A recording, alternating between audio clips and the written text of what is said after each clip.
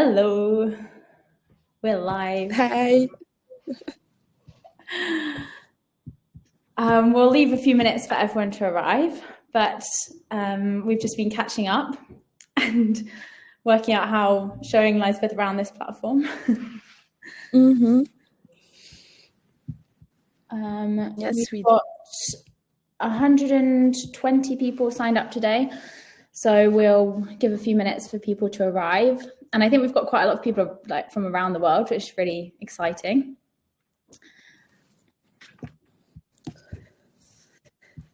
If there are any questions during the chat, you can just put them during the webinar. You can just easily put them in the chat, I think. Just getting to know the platform. Yeah, so there's the chat kind of module in the bottom corner and the questions module as well. Feel free to introduce yourself as well. Let us know your job title, where you're coming from, what company you work for. I'll start it off.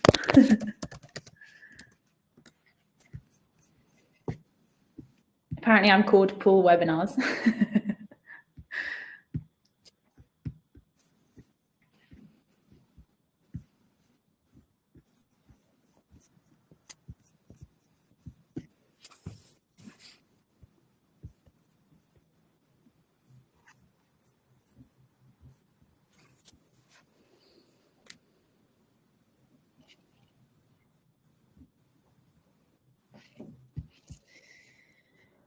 All right.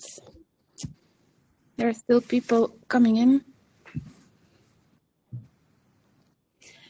I'm excited about this webinar today. I think we've got a lot of insights to share, and I think the basis of this webinar is that Mather and Poool are partnering, and we announced this at the beginning of this week, and together with the acquisition of Sophie earlier this year, having the expertise, the intelligence, and the tools together brings a lot of benchmarks and insights, and that's what we're sharing today in this webinar. Hi, people from Toronto, brilliant, London. And you're in Estonia, Liesbeth? Yes, I will be presenting at a Google event tomorrow. So I'm in Tallinn, and it's already very, very dark and very cold over here. Very cool. Amazing. Ireland. I'm in Paris. It's sunny today. I'm really happy because it's sunny. Been very rainy the last few weeks, so I'm happy. And in true British fashion, we've talked about the weather in the first 3 minutes of this webinar. So that's good. Maybe we should move on to paywalls. And yeah, starting this webinar. So I'm Madeleine. I am head of international at Poool, which is the membership and subscription suite, and editor-in-chief of The Audiences, which is our B2B media for digital publishing professionals like yourselves to better engage, convert, and retain your audiences.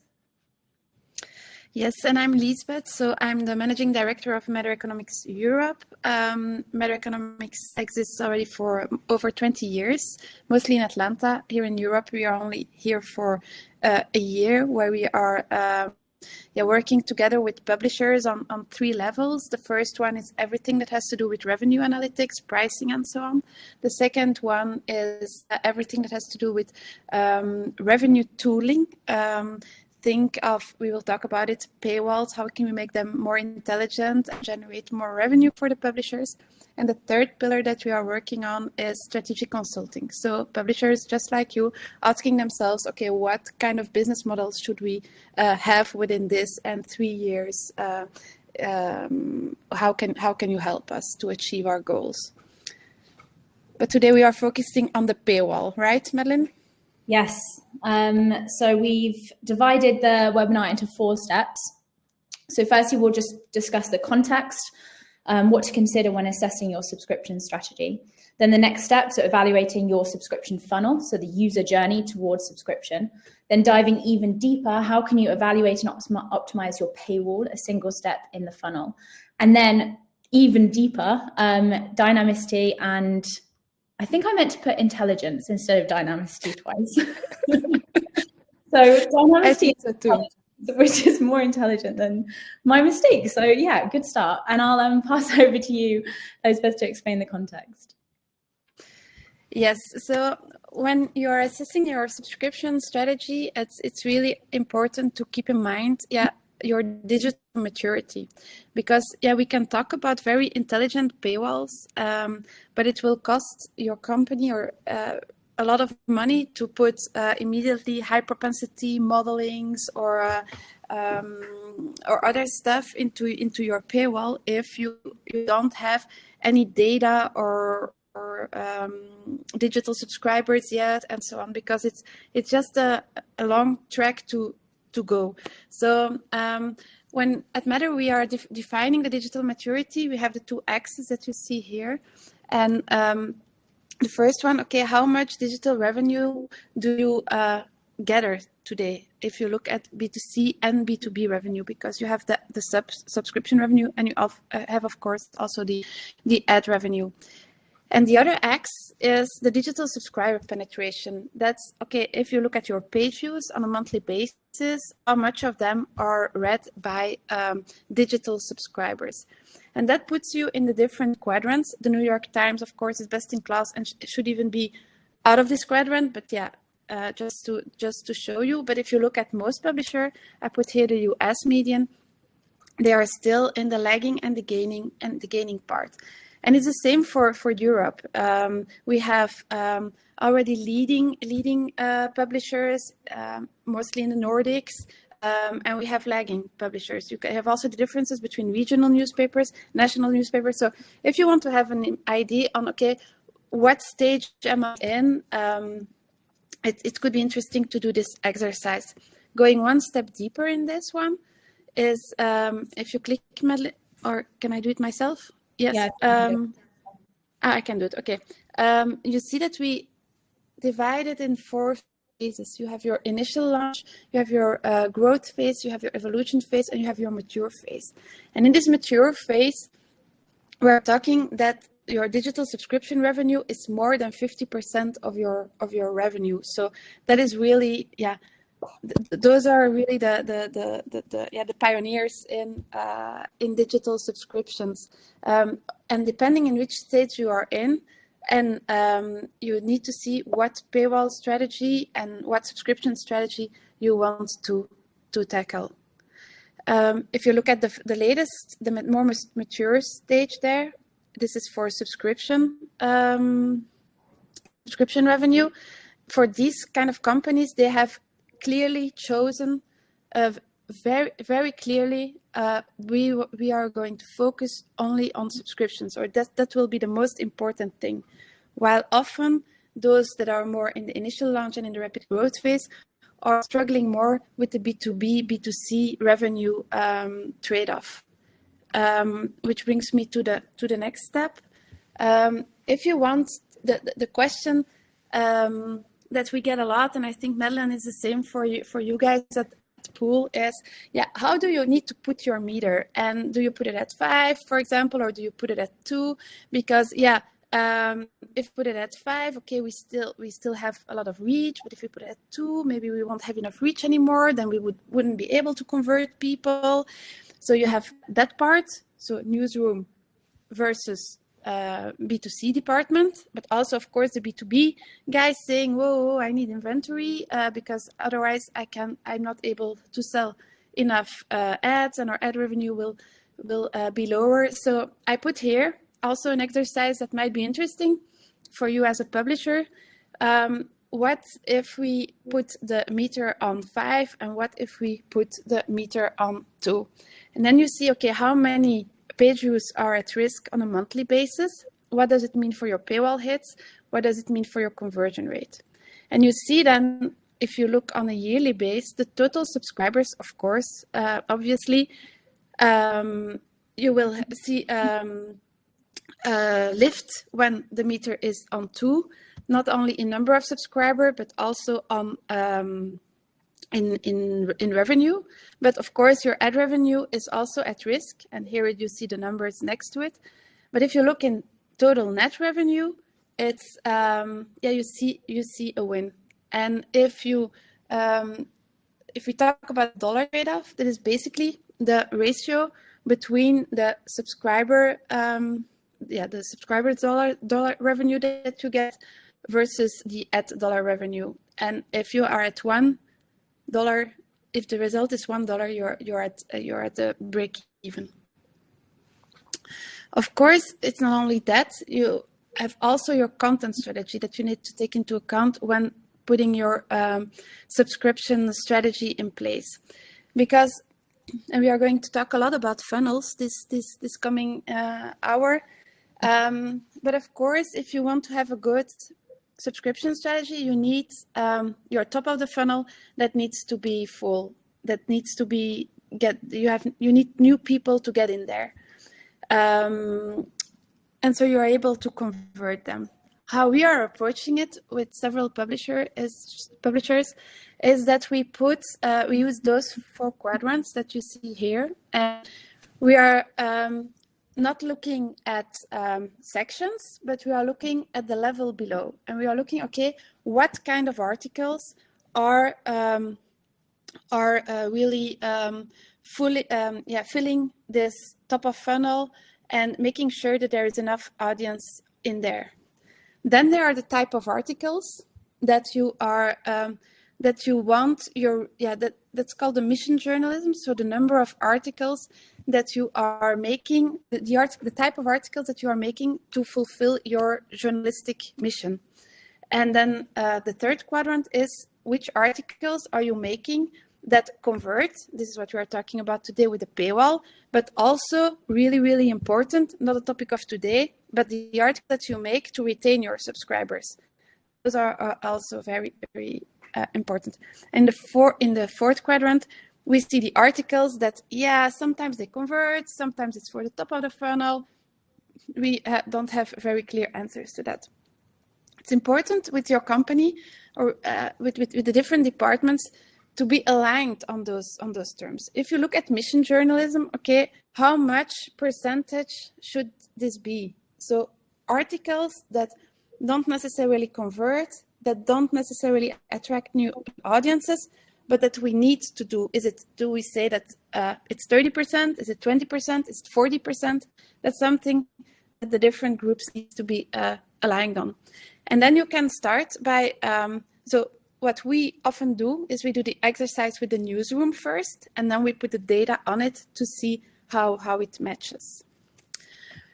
Another layer that we can put upon this is those articles that are doing both and converting and attracting new audiences. Those are the superstar articles. And it's important and interesting to know, okay, what kind of articles are those?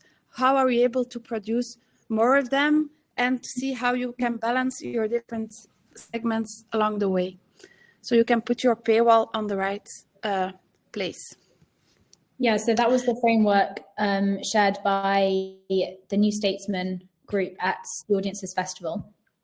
And they did this in order to kind of evaluate the strategy to begin with articles. And I'm just sharing the link to the article to find out more about how they achieved this. They're doing this, yes. So if we look at the subscription strategy, of course, everything starts with your market potential. Then you see, okay, what does your audience look like? What are the paywall hits that you have, the conversions that you're able to make, the revenue that you are able to make out of it, including a very effective ARPU, and how you handle your subscribers. But today we will be focusing on the part around the audience, the paywall hits, and the conversions. Fred just asked a question in the chat about how conversion rate is calculated on the previous slide, which is this slide, I believe. So, Liesbeth, can you tell us how conversion rate is calculated here? Is the number of people that took a subscription divided by the paywall hits. Mm-hmm. So it's conversions via the paywall. Yeah. Perfect. Thanks. Fred will be going more into detail on this later on in the webinar, but feel free to ask more questions on this if it's not clear. So then the first step is to evaluate your funnel, so the user journey towards subscription. So at Poool, we've created a new framework for working out conversion rate, because conversion rate is a single metric and it kind of encompasses the whole user journey. So what it means is that the conversion rate as a single metric is very low, like there's a lot of zeros. So it's quite depressing.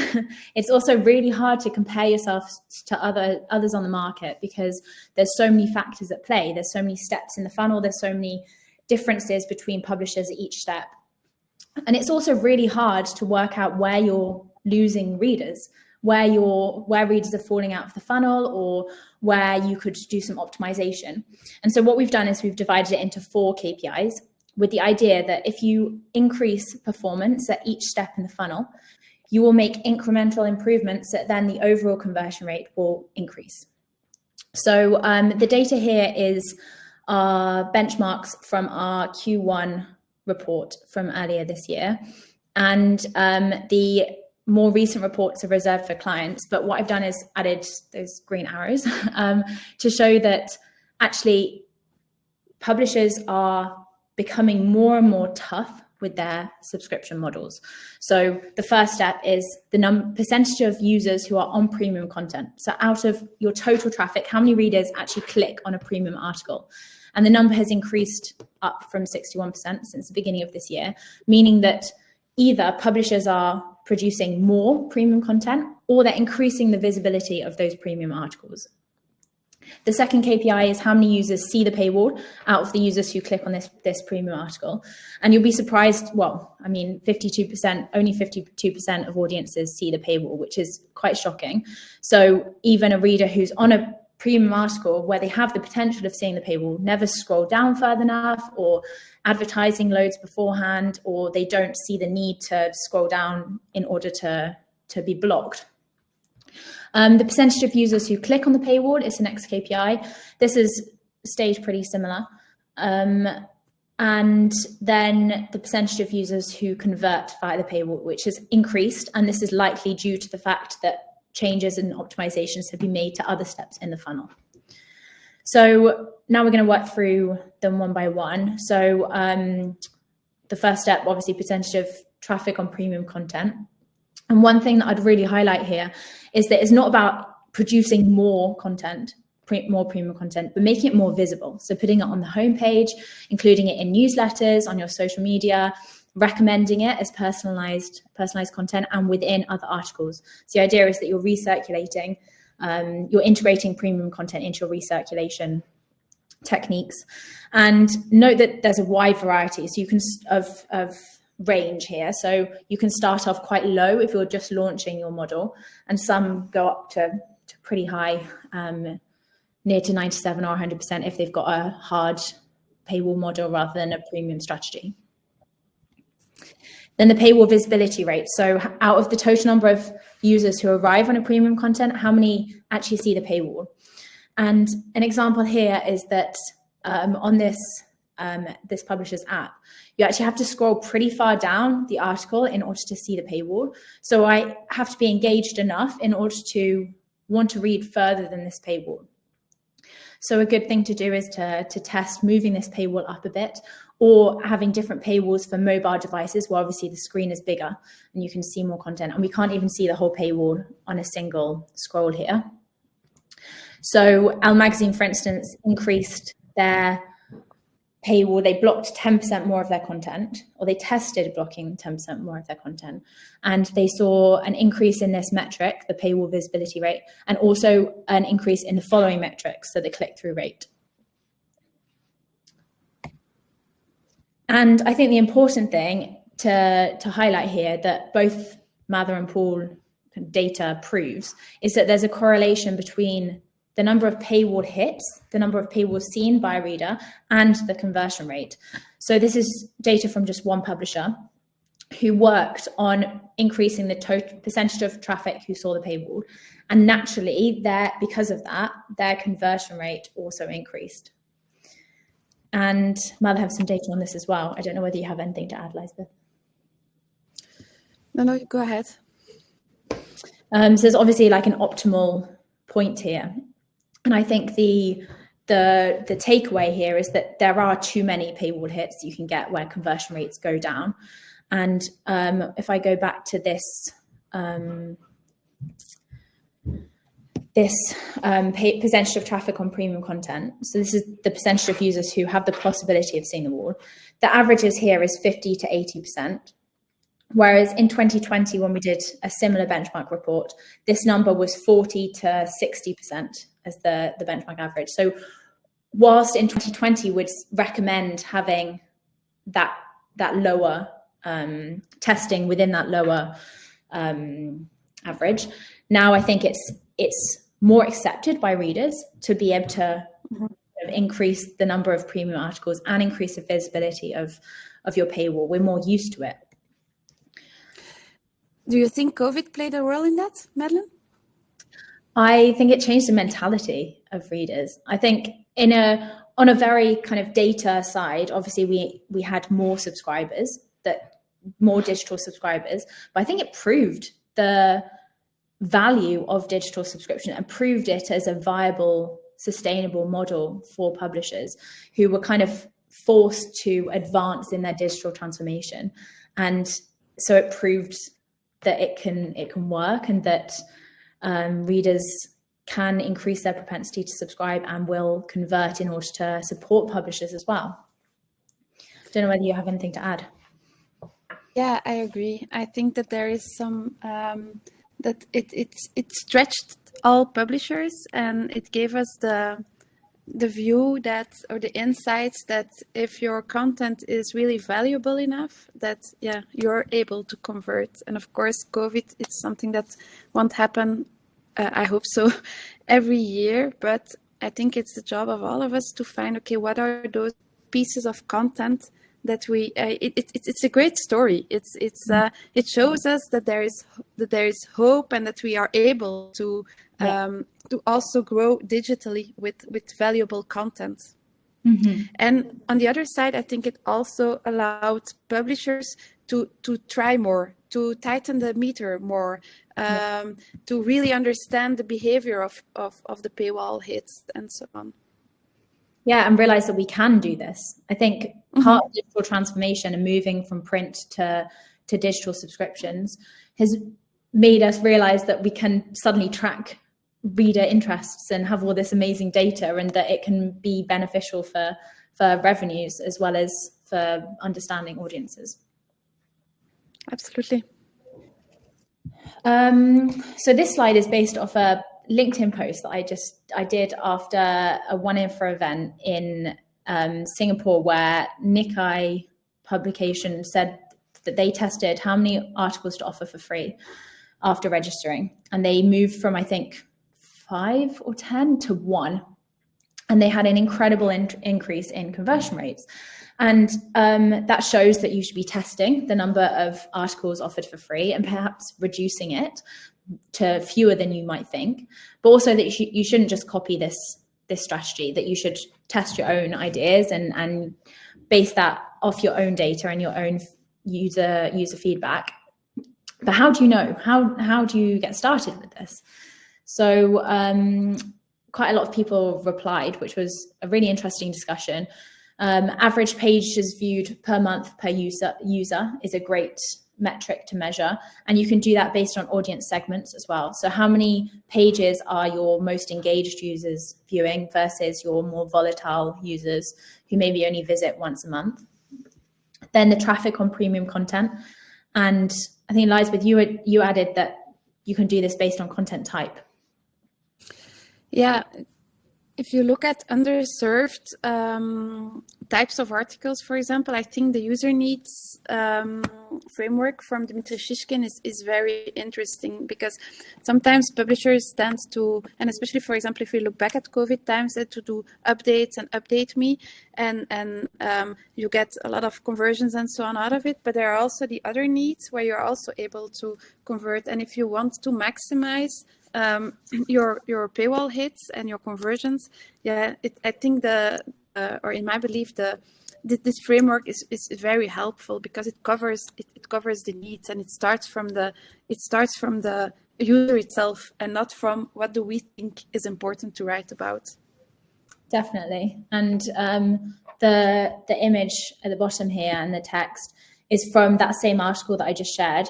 Lars from Berlinske Media, who also spoke at the festival, shared how they did this, how they evaluated, they decided what their user needs were, they defined them, they shared it with the newsroom, and then they put articles into each user need and worked out whether there were some user needs that were good for conversions, some that were good for advertising revenue, some that were underperforming, and so they needed to work on.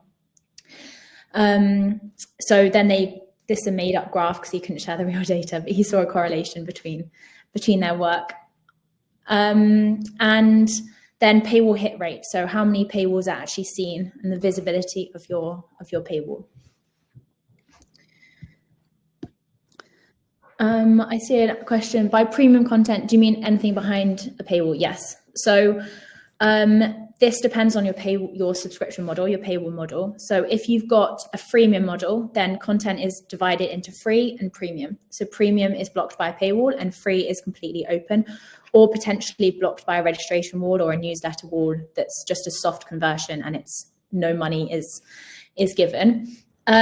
Or a metered model doesn't think about premium or non-premium content. All content is technically open, but a reader has a quota of free articles per month until they're blocked by the paywall or registration wall. And then a hard paywall model means that all content is premium and the paywall blocks all content. So this kind of depends on your model, but yes, premium content in a very basic sense means anything behind the paywall.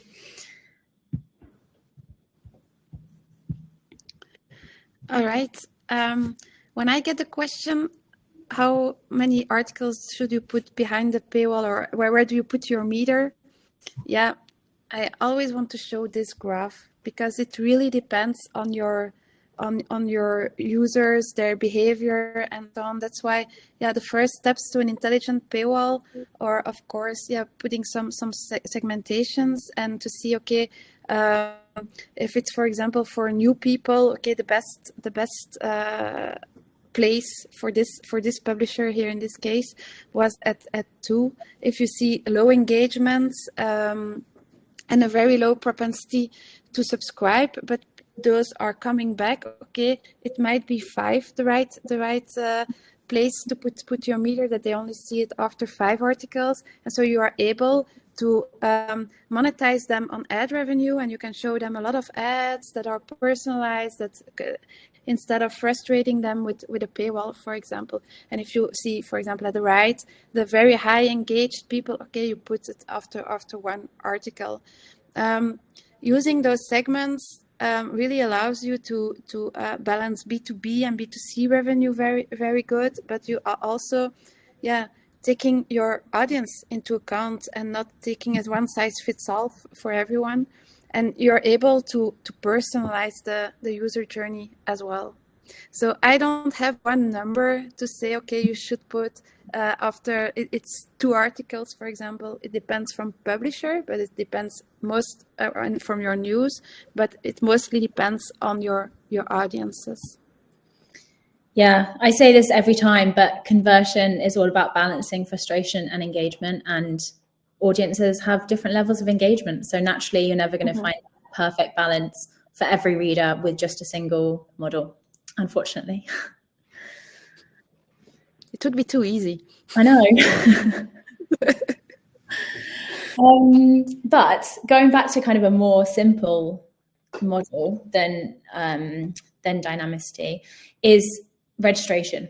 And this is just an incredible model for anyone who's not yet launched subscription or is wanting to in the future, or just as a way to build a sustainable reader revenue model, because it can benefit both advertising revenue and reader revenue. So on the left here, we've got the percentage increase in CPM, so ad revenue, for these different formats.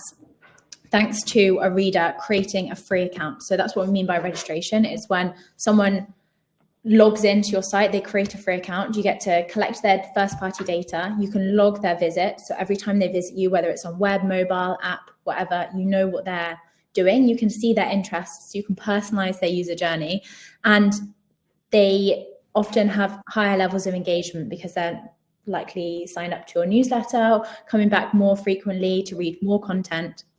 And you can gradually build that engagement so then they're not only seeing more ads, and also targeted ads, like you know who they are, what they're interested in, so you can target ads, but also that increased engagement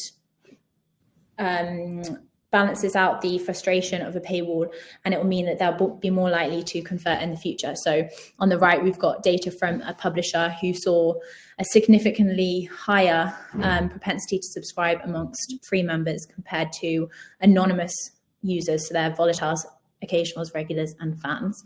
And this is seen across the industry. We've got like 10 to 40 times more likelihood to convert. Another question, by blocking your highly engaged audience so dramatically, don't you also sacrifice your most profitable ad audience? Do we need to know more about propensity to subscribe? This is a great question. Liesbeth, go. You can start. Yeah, if you look in terms of, it depends on the strategy of your company. Ad audience is a profitable ad audience. If you want a lot of ad revenue, yeah, that's another it's another ball game. Then it's just different. So it's really important to set, okay, if we have those goals on, okay, we want subscription revenue is always more sustainable than ad revenue. So if you have the choice for subscription revenue because you have a direct link with your subscriber, you can engage him, you can do all those things instead of your ad revenue. Yeah, it's a one-time pop-up, or even if they come back a lot, you can earn a lot of money out of it, but you don't have a relationship directly with that customer. So subscriber revenue is always more sustainable for most of the publishers. Do you sacrifice some if you put your meter very, very tight for those audiences? Yeah, I think it's up to them to see the value of your content and of their subscription. So it shouldn't be a punishment that you are giving them by making them a subscriber. So yeah, it's important to acknowledge that. But if we look at intelligent paywalls, or even model-driven paywalls, and we will talk about it later on, okay, those things can be taken into account, because you can have very highly engaged people, but due to other parameters that are taken into account, you know that they are not very likely to subscribe, even though that they are very engaged. And for those micro segments, you could make the meter, for example, dynamically looser. Yeah, definitely. Dynamicity is about maximizing the value of each reader in each way that you can. And the article I just shared is from the audiences again, and it's about understanding the value of your different revenue models. So whether one subscriber is more valuable than or less valuable than 48,000 page views. And that kind of understanding is really important as well, to know, okay, even if a user is one of your most profitable users from ads, could they be even more profitable to your business if they subscribed and stay subscribed in the long term? And obviously registration means that you can personalize. So this is Harvard Business Review that named me after I created a free account, and then I got blocked by their paywall after reading 3 articles. And it attracts your attention, doesn't it? You feel personally addressed, and these that's still a dynamic model because you're personalizing to the reader. But that's just a small kind of step in the right direction to optimizing your click-through rates and your conversions. Yeah, the only thing that I would like to add on registration walls is that we need to be careful not to intertwine correlation and causality here. So you are mentioning, okay, it's the propensity to subscribe. So it's not because that you are registered that you will subscribe, but you have, I think it's 4 times more chance, more likely to subscribe. And the big advantage is that because of this registration, you are able to test so many tactics in their user journey that you can really, improve this likelihood to subscribe for a lot of people. Yeah, definitely. Thanks for that precision. So we have a benchmark here for registration rate, and I mean, you can see the wide variety again, but what we added was, so there's the Poool data in the center, and then the Mather data is the US best in class is 7.5%. And that kind of proves that you don't have to get super high, you don't have to get to 16%, but working towards the upper end of that average is obviously the target, and ultimately testing and blocking a bit more content, and not being afraid to ask readers to register as well, having multiple acquisition funnels and being quite strict with this model, because you're not asking people to pay, they're just giving over their data. And I think other industries, we've got used to giving our details, our data kind of easily, for Spotify, for Netflix, for anything aside from 10%. For a 10% discount on Zalando, for example, when you first register in your first purchase. Literally everything. And then we aren't used to it for publishers. And I think it should be more normalized. It's increasingly so, but I think we can normalize it a lot more. And publishers are going to have to collect data. So now the paywall. So the next step in the funnel, actually optimizing your paywall model. So click-through rate. So how many out of the total users who see the paywall, how many click through? So there's a lot of variety again here, but this is quite easily explained by the fact that we have some publishers who are leaving their paywall the same kind of forever. They're just leaving it to kind of work its magic. And unfortunately, we can't do that.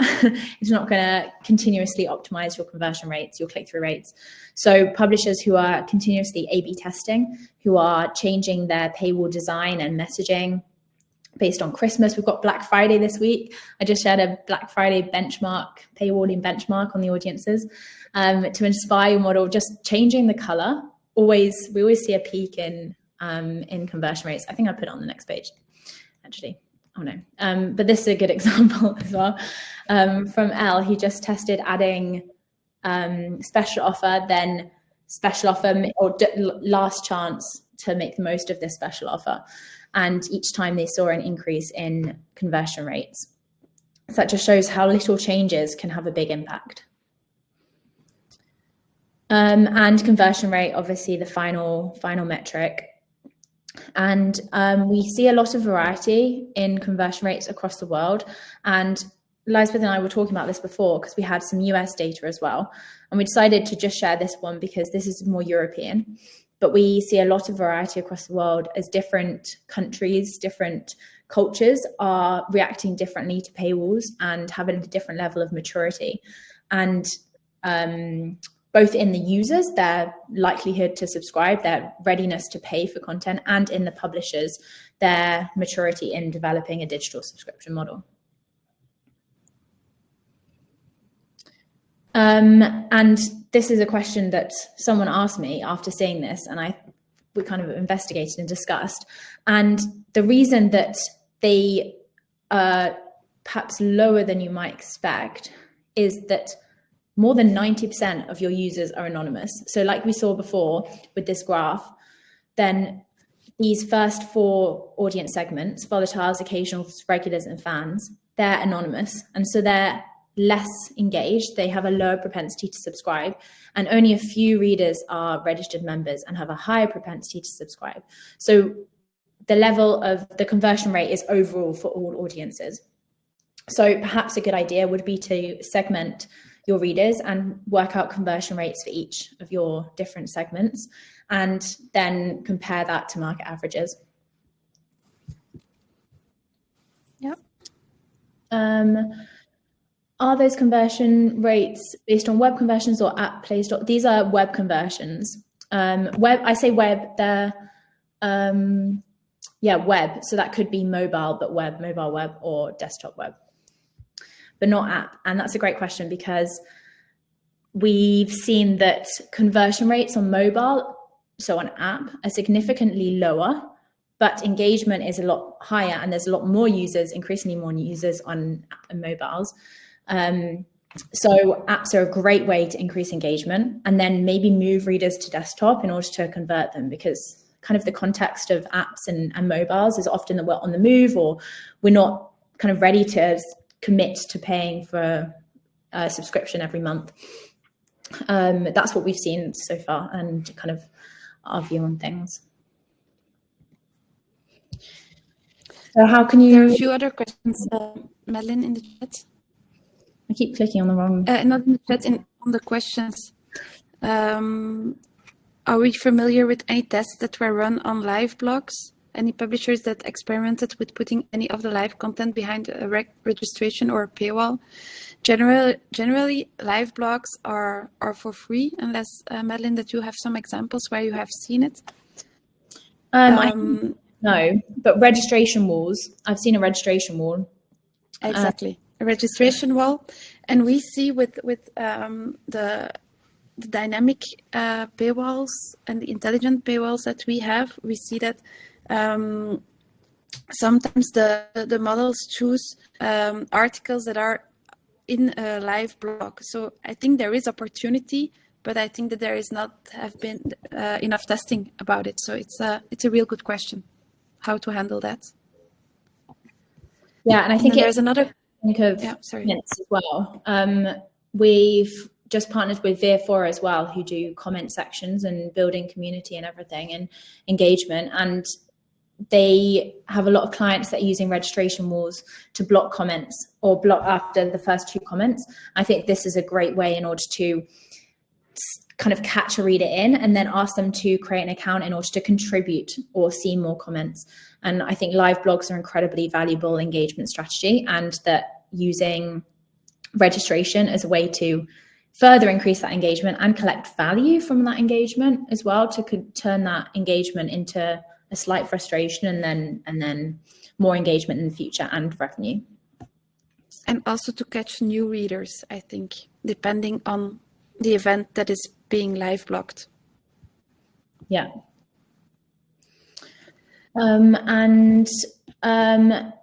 Yes, it's useful to test a number of meta scenarios. So for instance, you could test having less articles for free for an engaged fan reader versus more articles for free for a volatile reader. And that's what we were talking about earlier. And we'll go into more detail on this in the next step. Medium and long-term impact on pre-subscription engagement of a reduction in the free visibility. I'm not sure I understand the question. We studied the medium.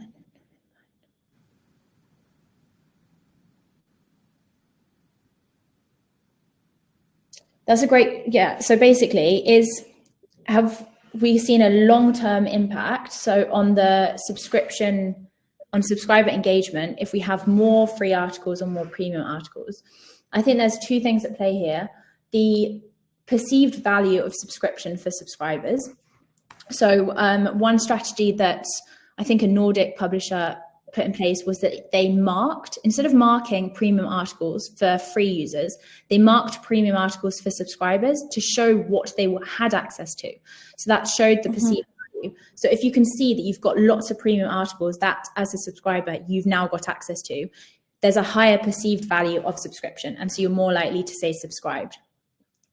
But then if you go on the site as a subscriber, but you're not logged in, and you see that actually as a non-subscriber, you have access to everything, then you're going to think, why am I subscribed? There's no point being a subscriber. So that's just, I don't have any data on it, but that's my thought process. No, but it's a good idea maybe to to study it. Yeah, well, note down the question. So how can you optimize paywall performance? So plan marketing campaigns around events. So I mentioned that we've got Black Friday, Christmas, sales. Hopefully on the audiences, you'll get some inspiration for that. Reducing steps in the funnel. So integrating offers into the wall, payment into the wall, data collection, so form fields, getting rid of distractions. So like we're talking about balancing ads and subscription revenue, at the point of the paywall, don't show, like maybe reduce ads because this is not the moment to monetize from ads. It's the moment to promote subscription and really convert the reader. And tests and dynamicities. This is what we're going into next. And Cyril, I think your question here, this is what I was referring to. So this is just something I did yesterday on the Poool dashboard. So the volatiles, occasionals, and regulars, your less engaged readers, could have 3 articles for free, and then the paywalls we see on the right, whilst fan readers could just have 1 article for free and then subscription. So that could be an idea of something to test. We've also, so now we're going to dynamicity. So what can you change in your paywall based on a reader's profile or their context? So it could be based on location. So on the left, we've got Jeune Afrique, who publish content across the whole of Africa. So obviously they have a wide variety of readers across different countries.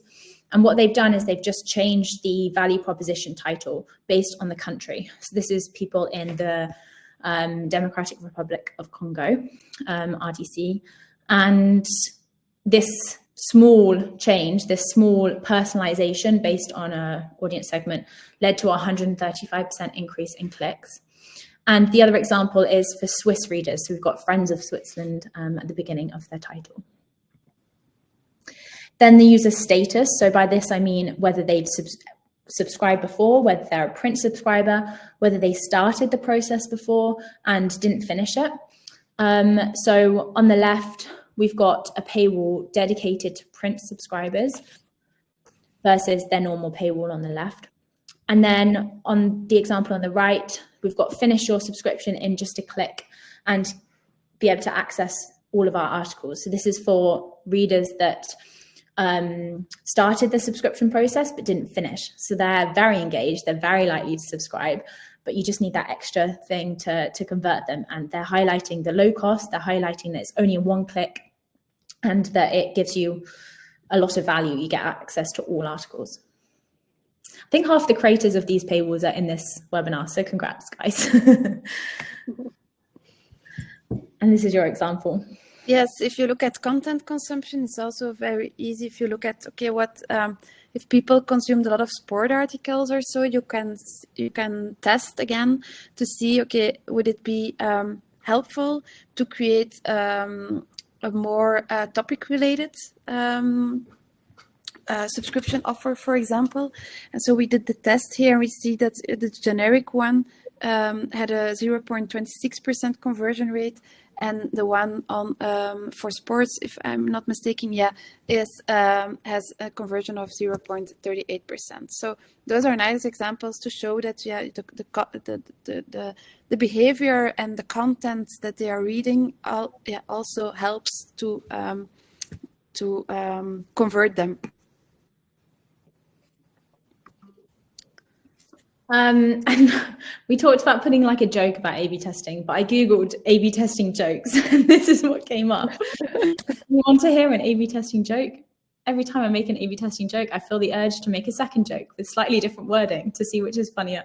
And it's so geeky, but I kind of love it. But basically, the idea is that A/B testing is the best way to find the optimal strategy for your specific audience and context. And Fred, your question in the chat, it's exactly that. A/B testing is the best way. Machine learning is basically A/B testing, but on a machine kind of intelligence scale, so there's no human work. So A/B testing is the human way of doing exactly that. And this quote, actually, I saw that Mark is in this chat, but I was translating your interview with Marion the other day or earlier, and this quote is incredible and definitely kind of sums it up. The only privilege our experience confers on us is the ability to make assumptions. For each decision, the final word, the answer must emerge from the communities we serve. And the only way to get ideas or get these decisions from the communities is by doing A/B tests, see what works for them, see what leads to the highest conversion rate, click-through rate, whatever. Oh, sorry. Yeah, I didn't want to cut you off, but we only have 10 minutes left, and I think we the next topic also deserves a bit of extra context. So those are all examples that you can that are definitely the first steps that you should take into your paywall. Do this A/B testing, get to understand your audience, gather a lot of registrations, of digital subscribers, and so on. But you can also go the extra step by adding intelligence. And what does it mean? Intelligence? Yeah, we can do it on a content level, on a segment level that I already mentioned, and on a user plus content level. So on a content level, basically we are able to say, if you look just purely at so take your user out of your mind, you just look at the content, and then we have some NLP processes and predictive modeling that we can use to say, okay, this article is a very good paywall candidate, and this article will your advertising revenue will benefit more of that. So purely on a content level. And how is that made? It's taking into account things like what type of article is it, but even what is the moment of the day, or the seasonality, and what is the other news that is going around, and what is the context where we are in, and what does historical data say about this, and stuff like that. So each piece of content, the model decides, okay, this one is a good paywall candidate, and this one you should leave it for free. And the cool thing is that it can continuously optimize due to what's happening in the real life world.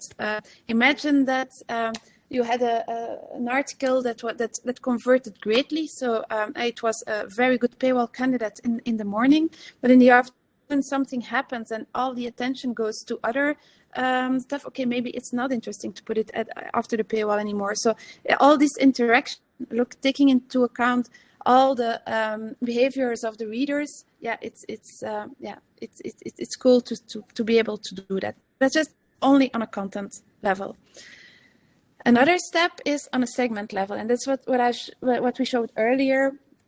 With if you have high propensity to subscribe, what could you do? And you could say, okay, I divide my audience into pieces based on their behavior and other subscriber data that you have, or other things like that. And you could say, okay, for this type of users, I'm going to create action X, a registration, a paywall, or nothing.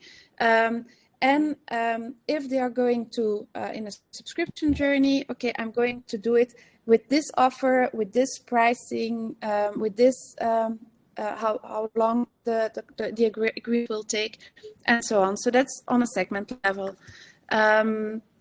And the final one is on a user content level.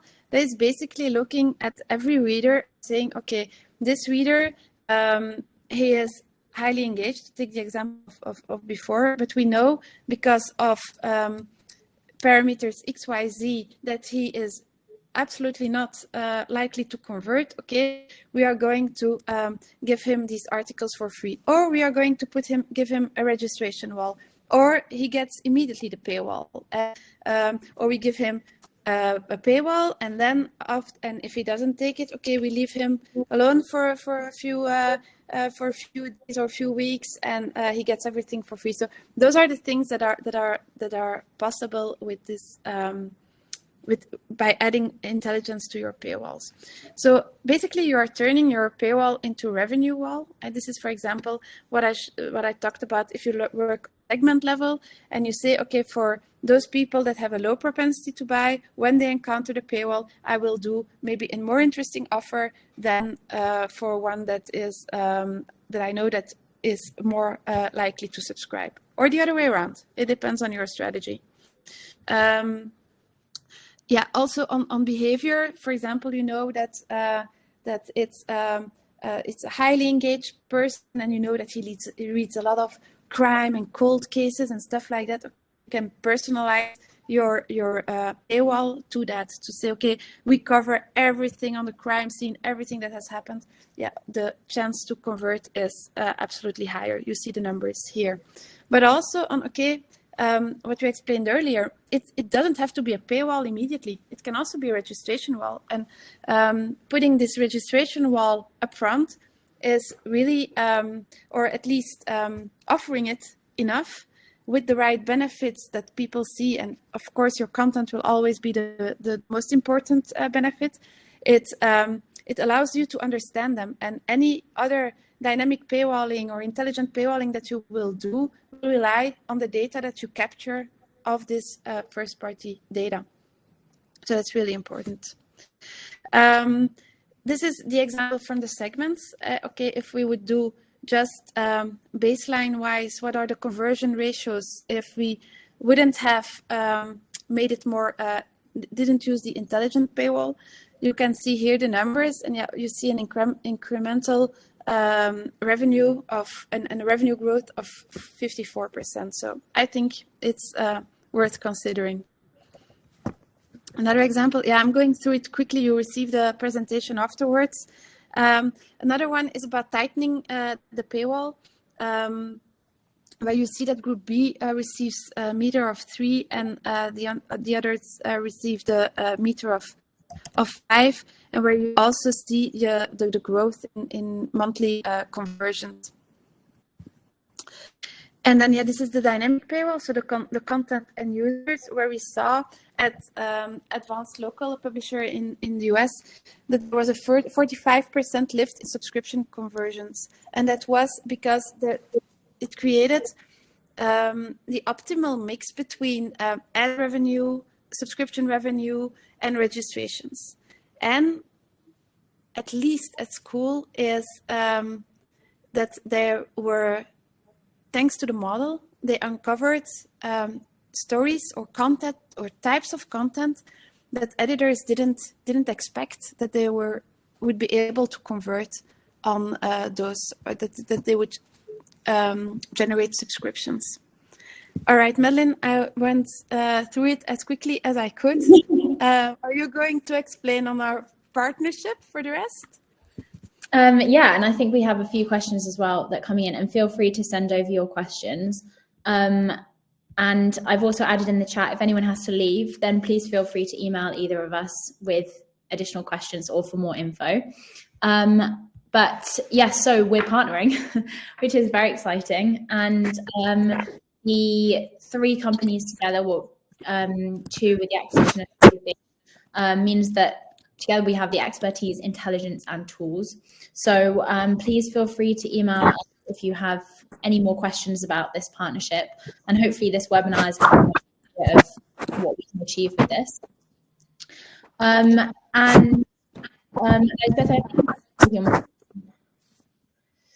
it was making a noise. I think there's something with your microphone. I think it was making a noise. We have a question that's come in. Are there any examples of how to target users who constantly see the paywall but will never subscribe? It's a brilliant question.